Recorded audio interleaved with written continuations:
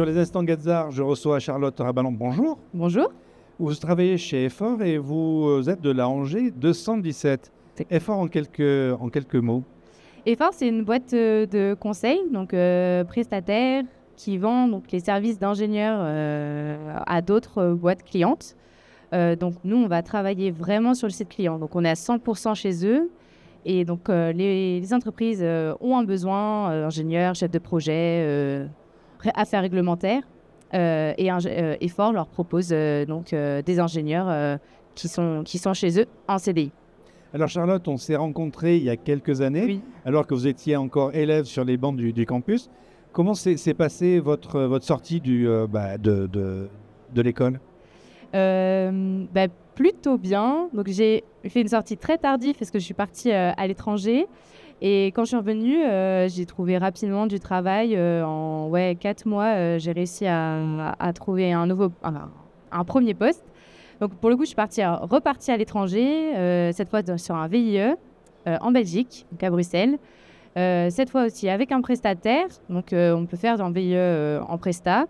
Et j'étais dans une boîte de pharma, donc chez Pfizer, on peut le dire, en tant qu'ingénieur projet. Sur toute la promo Angers 217, comment ça s'est passé ? Vous avez des nouvelles un peu ? Oui, pas mal de nouvelles. Alors, maintenant, ça se passe bien.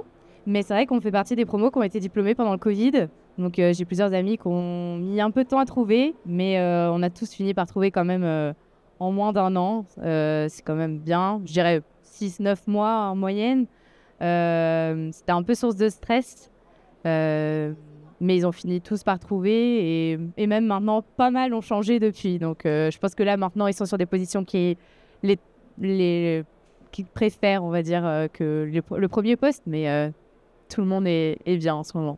Alors, pour ce mois-ci, la couverture d'Arts et Métiers Magazine est consacrée aux femmes ingénieures et qui ont suivi plutôt la formation Arts et Métiers.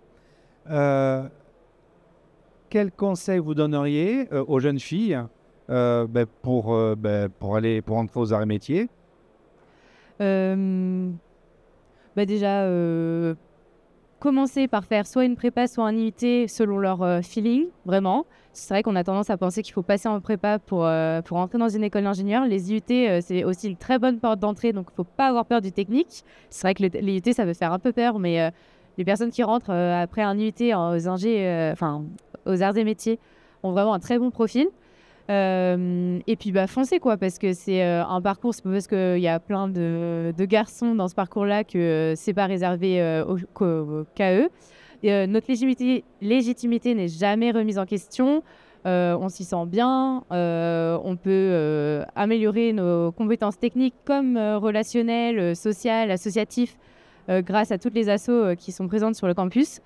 Donc allez-y et n'hésitez pas à vous renseigner, à aller faire les portes ouvertes des différents campus. On a la chance d'en avoir plusieurs partout en France, donc il faut vraiment y aller. Mais c'est vraiment ce qui m'a décidé aussi à venir dans cette école, c'est que j'ai pu y mettre les pieds, j'ai pu rencontrer des gars et ils m'ont donné plein de conseils, comment y arriver et m'ont surtout donné envie de rentrer dans l'école.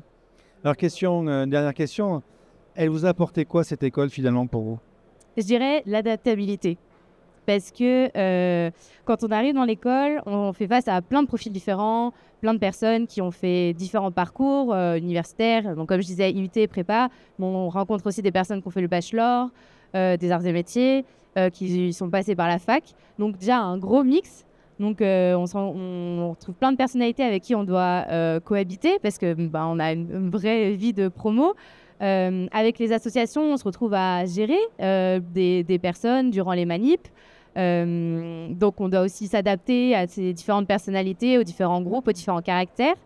Et en fait, tout ça, on le retrouve au travail. Donc, par exemple, je suis chef de projet et je dois travailler avec des personnes qui, hiérarchiquement, ne sont pas dans mon équipe, mais que je dois quand même gérer, faire suivre un planning, tout ça. Et donc, je dois vraiment m'adapter au point de vue de chacun, au planning de chacun, au caractère de chacun. Et je pense que ça, vraiment, ça me vient des arts parce que j'ai vraiment travaillé cette adaptabilité durant toutes mes études. Charlotte, merci beaucoup. Avec plaisir. À bientôt. À bientôt.